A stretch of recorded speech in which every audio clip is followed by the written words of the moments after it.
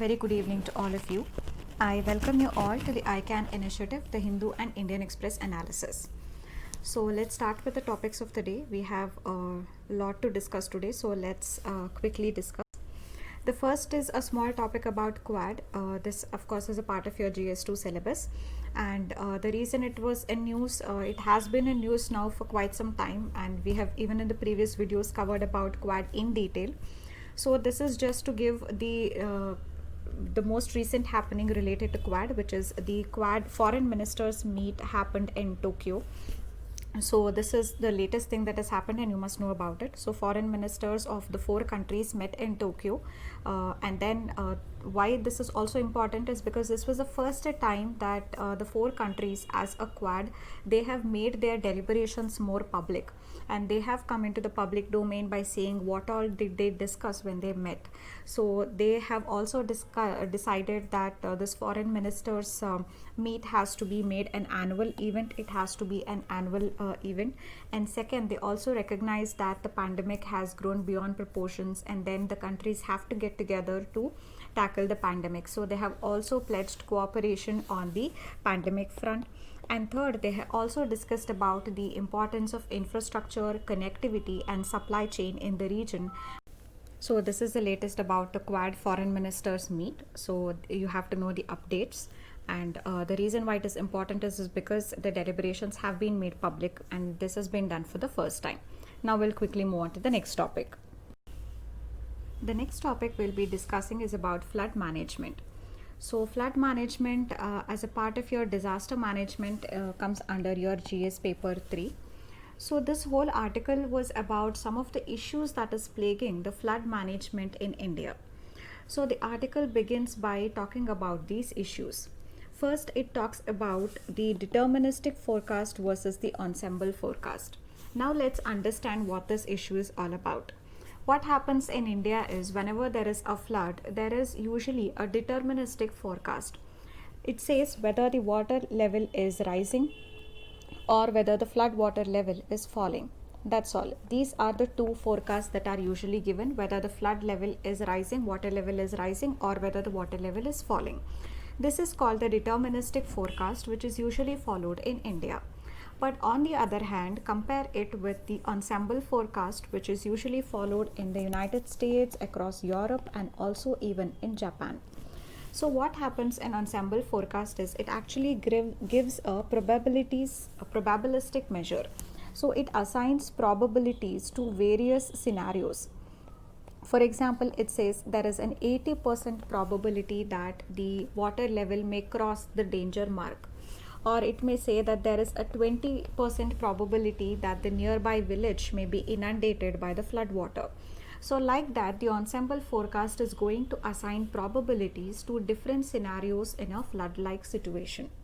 So this is going to give a lead time of nearly 7 to 10 days for the authorities to prepare for managing the flood, to evacuate the people, to reduce the risk, to mitigate the damages. So all the authorities get sufficient good time of 7 to 10 days under ensemble forecast to prepare for the flood and also to manage the flood.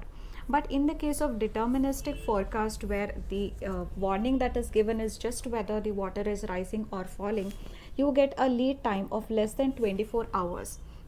So authorities are expected to respond to a flood-like situation with a time span of less than 24 hours before the occurrence of the flood. So definitely it becomes extremely difficult to manage such flood situations, because it is hardly impossible. It's hardly possible to do anything much in a span of just 24 hours. So this is about the deterministic forecast and the ensemble forecast. The next thing you have to know is also that the case of multiple agencies in India, this is a second issue with respect to flood management. So whenever a flood has to be forecasted before the occurrence of flood, see, one important cause for the occurrence of flood is excessive rainfall. So first there will be a body that will measure how much rainfall is going to be there, and then there is a body which is going to aggregate all this data about the rainfall, and it is going to say whether there is going to be a flood or not. So first there is going to be a in general weather forecasting or the rainfall forecasting, and then only there can be a flood forecasting possible. So in India, the rainfall forecasting is done by the Indian Meteorological Department. IMD is going to do the rainfall forecasting. For that, it has different sets of weather Doppler radars, which is going to forecast the rainfall. So then the Central Water Commission is going to integrate the data that it gets from the IMD, and then it is going to make a flood forecast. So this is the entire process. But what happens in this whole process is, see, usually what is a lead time? Lead time is the first warning is given about the occurrence of a flood, and then the actual flood occurrence. The time span between the two is called as a lead time. So here the warning about a flood is given and the flood actually occurred here. So this time span is called as a lead time.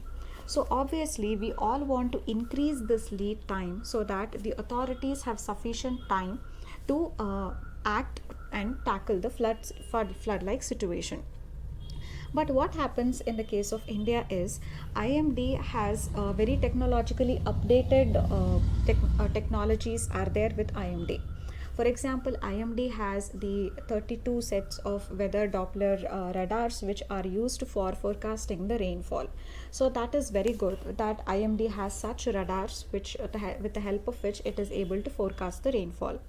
But however, come to the Central Water Commission. Central Water Commission is still using some of the most outdated statistical methods.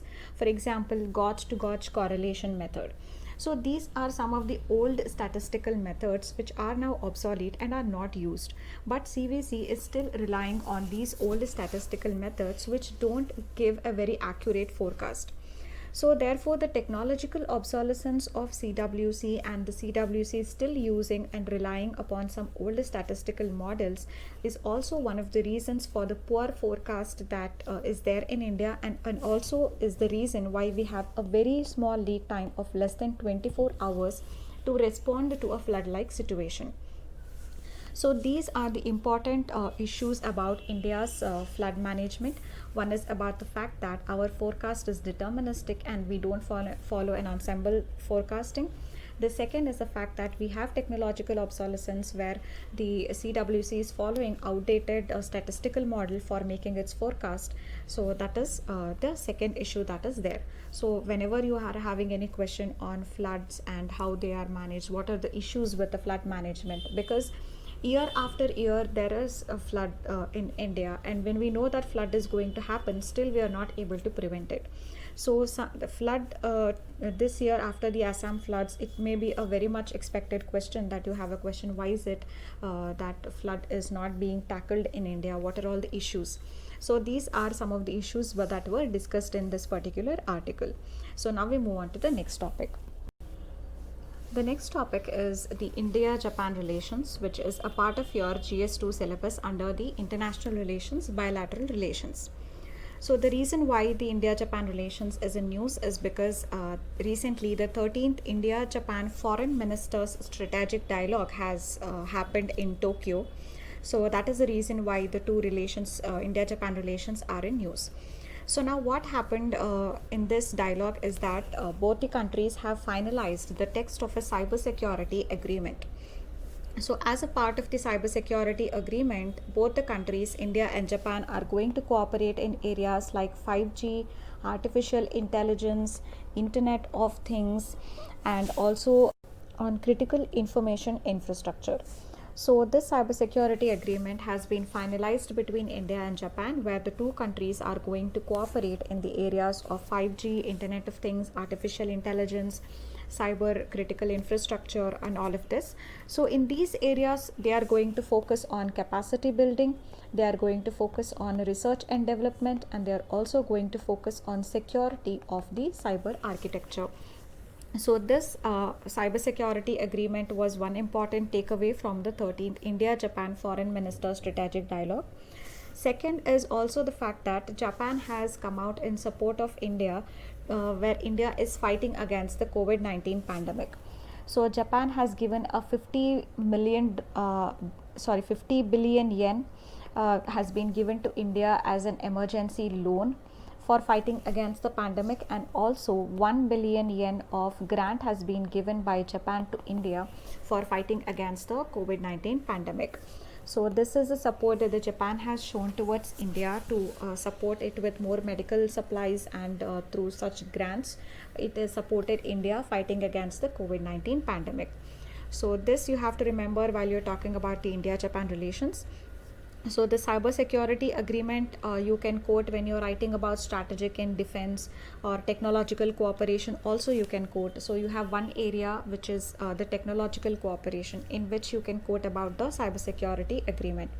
And related to the grants and the loan provided by Japan, so that you can quote under the India-Japan relations related to the social infrastructure, maybe health and education. So in that heading you have to quote this recent example. So like that, as I have told, you have to categorize your international relations answer into different dimensions. So that is it about the India-Japan relations. Now we move on to the next topic. The next topic is about the issues related to poverty. So if you go through the syllabus, then poverty in one or the other form appears in all the three papers, GS 1, 2 and 3. So it can appear in any of the papers. And in this topic, we are going to be talking about an important data which the World Bank has come out with. So it is a World Bank data, and this data has come out on a report that's called as Poverty and Shared Prosperity Report. So this is the name of the report, Poverty and Shared Prosperity Report. This report is released by World Bank, and it has two very important data that you have to remember, and you can write that in the relevant questions. So the first important data is that because of the pandemic, nearly 88 million to 115 million may be pushed to extreme poverty. So extreme poverty, you must know, is when people are living with less than $1.5 per day. So that is extreme poverty. So World Bank in this report has said that pandemic may push 88 million to 115 million people into extreme poverty. So this is the first important data you have to remember. The second is, out of the total number of people who are going to be pushed into extreme poverty, nearly 82% of that are going to be in the middle income countries, of which India is also a part. So this shows how this burden of the pandemic has disproportionately fell on the poor people in the middle income countries. So these are the two important data which you have to remember, and whenever you're writing about pandemic and its impact also on poverty and other issues, you can quote this data. And if you're writing any answer on poverty also, you can quote this data, and how also poverty the burden falls mostly on the poor every time. So even for pandemic, the burden has fallen more on the poor, and that is why 82% of these people who are going to be pushed into extreme poverty will be belonging to the middle income countries. So this is the data of the World Bank which you have to write in your answers. Now we move on to the next topic.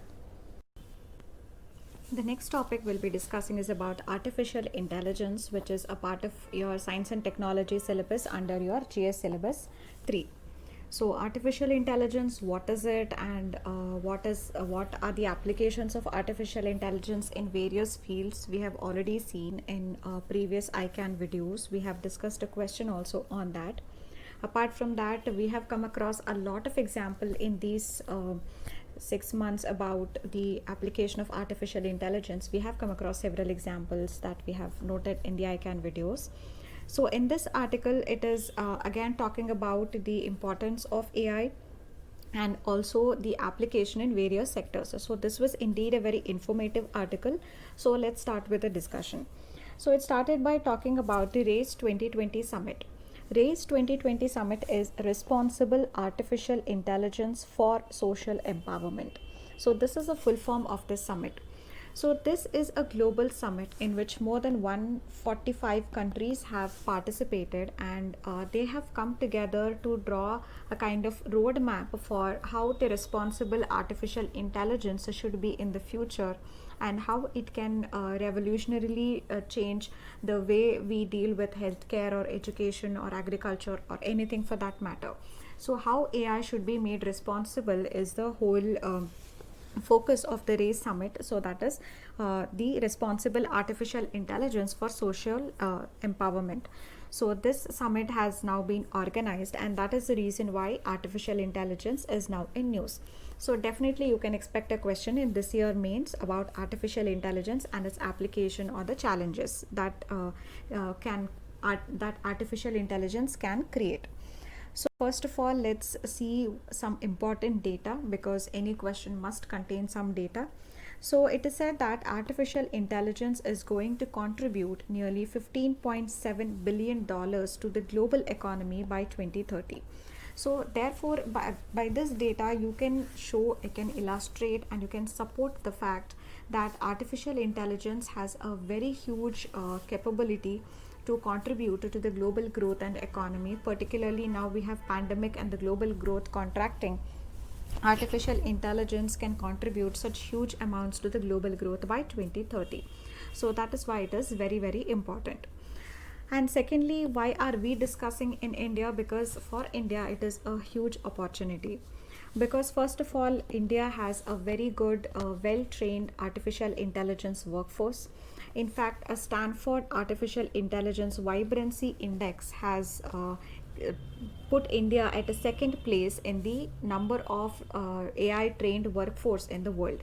So in that list, India stands at the second position according to the Stanford Artificial Intelligence Vibrancy Index. So India has a very good set of talented artificial intelligence workforce which it can capitalize upon. Second, India also has a good startup ecosystem. The startups are being encouraged to come out with unique, innovative, and cost effective solutions to various problems using the artificial intelligence and machine learning. So that startup ecosystem is there, and the talent, so many startups have now already begun on the basis of artificial intelligence. The third is the power of the artificial intelligence itself, which is extremely revolutionary, and how it can transform the way we deal with healthcare, the way we provide our educational services, and agriculture, manufacturing, everything. So it has a very revolutionary impact on the services that we are rendering beforehand. It can transform that in a revolutionary manner. So these are the three things that describes about the opportunity that India has, and that is the reason why we have to take this artificial intelligence further, and we have to create a roadmap for responsible artificial intelligence. So next we will look into a lot of examples that this editorial has mentioned regarding the area of health. In health, it is saying that the artificial intelligence machine learning technologies are being used for predicting the patient's future based on their current health records.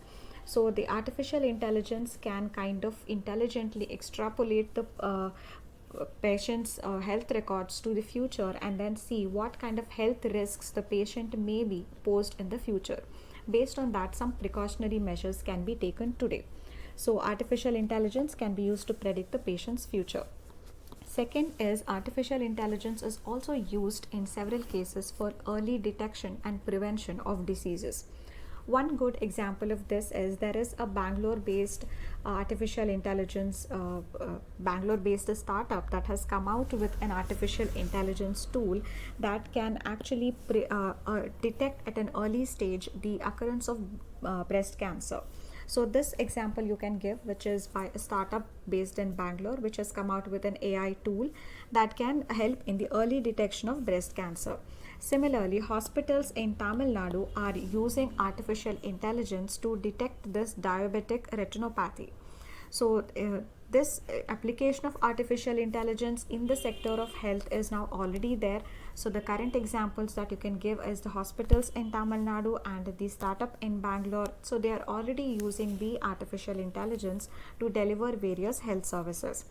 And similarly, we now have Watson Assistant. So Watson Assistant is basically a virtual assistant which the Indian Council of Medical Research, ICMR, has put up on its portal.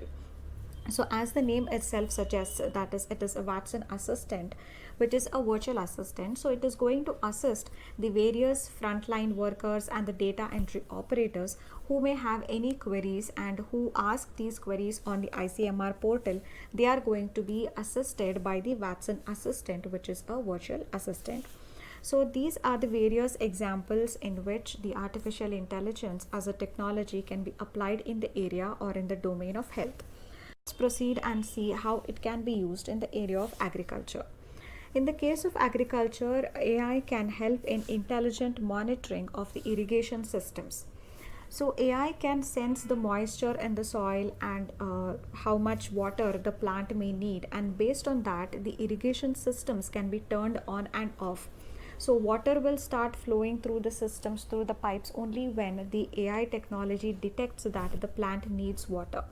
So such intelligent monitoring can be done with the help of artificial intelligence. A couple of days before last week itself, we saw an example of artificial intelligence that was used. So try to recall that and then put in the comment section so that you can revise yourself, you can recall that same thing again and again, so that it stays in your memory for a longer term. So that was about agriculture and about how the presence of chemicals can be detected in plants to in the produce, agricultural produce, to determine the freshness. For that, an AI based tool has been developed. So mention about that. If you have watched the previous ICANN videos, mention about the same in the comment section. So the next thing is AI can also be used to provide support to the farmers. So in this case, for example, when we talk of support to the farmers need exact support, like what is the weather going to be like, what is the soil moisture. So information about all these are going to be required by the farmers to make their sowing decisions. So this artificial intelligence can therefore help in that. For instance, a pilot project has been started in Bhopal, Rajkot and Nanded. So in this, what this pilot project comprises of an artificial intelligence based decision support system. So farmers basically will have to decide about the kind of crops they want to sow, when they have to sow, etc. For taking such decisions, they need the support of good set of information, whether this information is about the weather forecasting or whether about the soil moisture. So this AI based tool or the decision support platform is going to support the farmers in taking their decision by integrating weather forecasting data, the soil moisture data. So all this relevant data is going to be given to the farmers by this platform, with the help of which the farmers can take their decisions to sow. So that is how AI can help by supporting the farmers. The next is during the disasters, which is, for example, during the flood forecasting. In fact, artificial intelligence based flood forecasting model has now been implemented in Bihar already. So now this is going to be expanded to the entire other areas in the country as well. So in this particular AI based platform is going to provide for more accurate flood forecasting, and it is also going to provide the forecasting in 9 languages of India. So this is going to give more specific and more localized forecasts. It is going to give forecasts in 9 different languages. So that is how this AI based flood forecasting tool can become a very potent tool for us to manage floods. So you can integrate this example with the first topic, or rather the second topic that we discussed today was about the flood management, where we discussed about the technological obsolescence of the Central Water Commission and how it uses old statistical methods. So in that you can also mention about the power of artificial intelligence for flood forecasting. Next is what steps has been taken for to popularize artificial intelligence in India. One is that the CBSE in its curriculum has included some of the basics of artificial intelligence, so that the students are at least aware of the concept and the potential applications of the artificial intelligence, and they understand the power of artificial intelligence. So this one is by CBSE. Next is METI, which is Ministry of Electronics and Information Technology. So this has come out with what is called as Responsible Artificial Intelligence for Youth. So in this this program has been launched by METI. So in this, more than 11,000 students belonging to various government schools, they have had their basic training done in the artificial intelligence. So this is a step that METI has taken. So then some data that is related to India, which you must know, because what we saw in the beginning was something that was related to the entire world. So the global economy is going to be added by that much amount of $15.7 trillion by 2030. So this data is specifically for India. So artificial intelligence can contribute to the Indian economy $957 billion by the year of 2035. And secondly, by 2025 itself, AI can contribute $500 billion to the economy, at the same time creating 20 million jobs. So these two important data you have to remember whenever you are writing about artificial intelligence, and this you can combine it with what we discussed on the first slide of artificial intelligence about the opportunity for India, that it has a very good workforce as mentioned by the Stanford Vibrancy Index, and then about the startup ecosystem and also how revolutionary AI is. With that, you can add this data to show how important artificial intelligence is for India. So this is about the artificial intelligence, its applications and its importance for India. Now we move on to the next topic. The last topic we're going to discuss is about inflation targeting. So this inflation and any of such terms related to economy are a part of your GS3 syllabus. So inflation targeting, on this topic also we had discussed previously that RBI has the sole mandate of managing the inflation within the country. So it is the RBI which does the inflation targeting, and RBI through the Monetary Policy Committee, what we call, so that is the body that is responsible for keeping the inflation under control. We also discussed in one of our previous videos how the inflation targeting that the Monetary Policy Committee has to do, it has to be within the range of 4 plus or minus 2%. So inflation has to be contained at 4% with a tolerance limit of plus or minus 2%, which is allowed in case of emergency situations. But now under the COVID pandemic situation, our inflation levels have crossed beyond the tolerance limit, and our inflation level now has been is at more than 6.6%. So inflation targeting has not happened now by the Monetary Policy Committee. So this much we had already studied previously. So that is why there is a debate whether inflation targeting by Monetary Policy Committee is it really working or is it not? So should we, and also there is now, because of the COVID, the growth in the country has got subdued. There is always a debate between growth versus inflation. If RBI wants, or if the MPC, the Monetary Policy Committee, wants to target inflation, it is going to keep the policy rates, that is the repo and the reverse repo rates, higher. So if these policy rates are kept high, then growth is going to be affected. But if our MPC is getting worried about the growth and it lowers the policy rates, then that will trigger inflation. So there is always this growth versus inflation conundrum which is there, which the MPC has to resolve. Government on the one hand insists the RBI to lower the interest rates so that growth can pick up, but RBI, or the Monetary Policy Committee, which has been mandated to keep inflation under control, wants to keep the interest rates high so that the inflation does not get stoked in the economy. So therefore, inflation targeting per se has always been in news, and therefore is a hot topic for your mains examination. So what this whole article is talking about is, should we really rethink about the inflation targeting? Is it really working? So now let's analyze various issues with inflation targeting. The first thing is, when inflation targeting is being done by the Monetary Policy Committee of RBI, so the focus is more on the consumer price index. So there is an excessive and an obsessive focus on the CPI that several other important indicators are not being taken into consideration. One such example is the WPI core inflation. For example, core inflation also talks about manufacturing, but then in the inflation targeting that is done by the MPC, this is hardly taken into consideration. So therefore, the article says that the first issue is that is very important is that CPI has been given an extremely huge weightage, while the core inflation, the WPI core inflation, has been neglected. So this should be taken into consideration, and we have to revise our monetary policy framework according to that. So excessive focus on CPI is there, which is an important issue. The second is the CPI basket.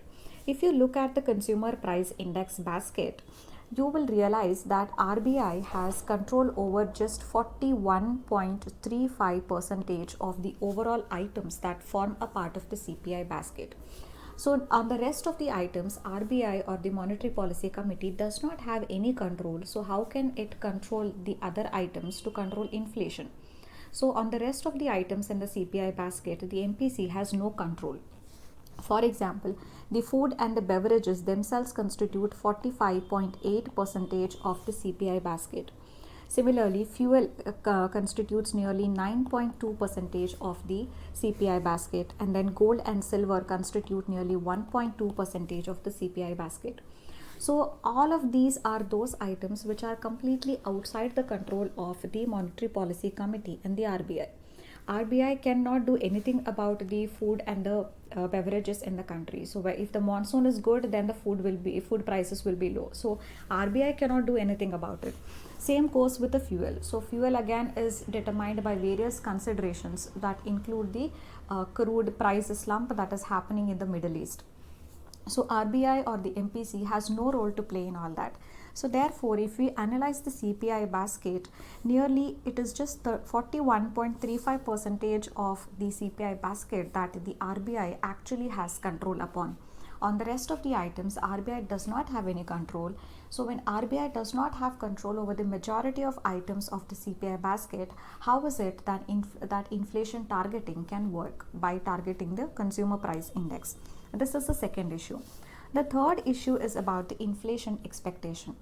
So whenever I say inflation targeting, it means that I first of all expect that inflation is going to be in a particular range in the next 1-2 years, and then I will strive to ensure that my inflation has to be in this particular range.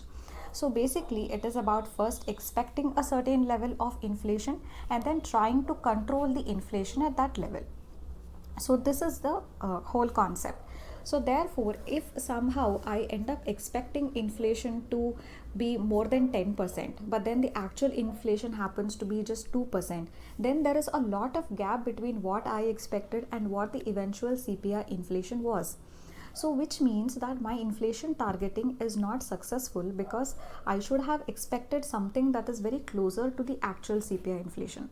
So basically, if my models are right, whatever CPI inflation I am expecting, the actual inflation should be at least in and around my expectation. But if there is a huge gap between the inflation that I am expecting and the actual CPI inflation, it shows a failure of the inflation targeting. This is what is precisely happening. Year after year, we may have brought down the inflation levels, but then the gap between the inflation expected and the actual CPI inflation has always been high. So this particular gap has not reduced in the last couple of years. So through this again we can say that our inflation targeting has not been very successful. Had it been successful, we would have expected the inflation to be somewhere around in and around the actual inflation. So this gap between the expected inflation and the actual inflation shows that our inflation targeting is not so successful. This is the third issue. The fourth issue is about the fact that before we started off with inflation targeting in the year 2015-16, so RBI was basically following a multiple indicator policy. So it was following and it was trying to control multiple indicators. Not just the inflation, it was trying to control the forex reserves also. So like that, for RBI was using multiple indicators to determine to control. But only after the Monetary Policy Committee came into existence, the sole motive of the MPC shifted to just inflation targeting. So what this article is trying to say is, when inflation targeting was not there, way back from 2002 to 2006, when RBI was using multiple indicators and not just inflation, even during that time, inflation was kept under control. Inflation was kept under its 4% target. So that time, however, RBI was not targeting only inflation, it was targeting multiple indicators, but still it was successful in keeping the inflation at 4%. The reason this happened was because during these years, the growth was very good.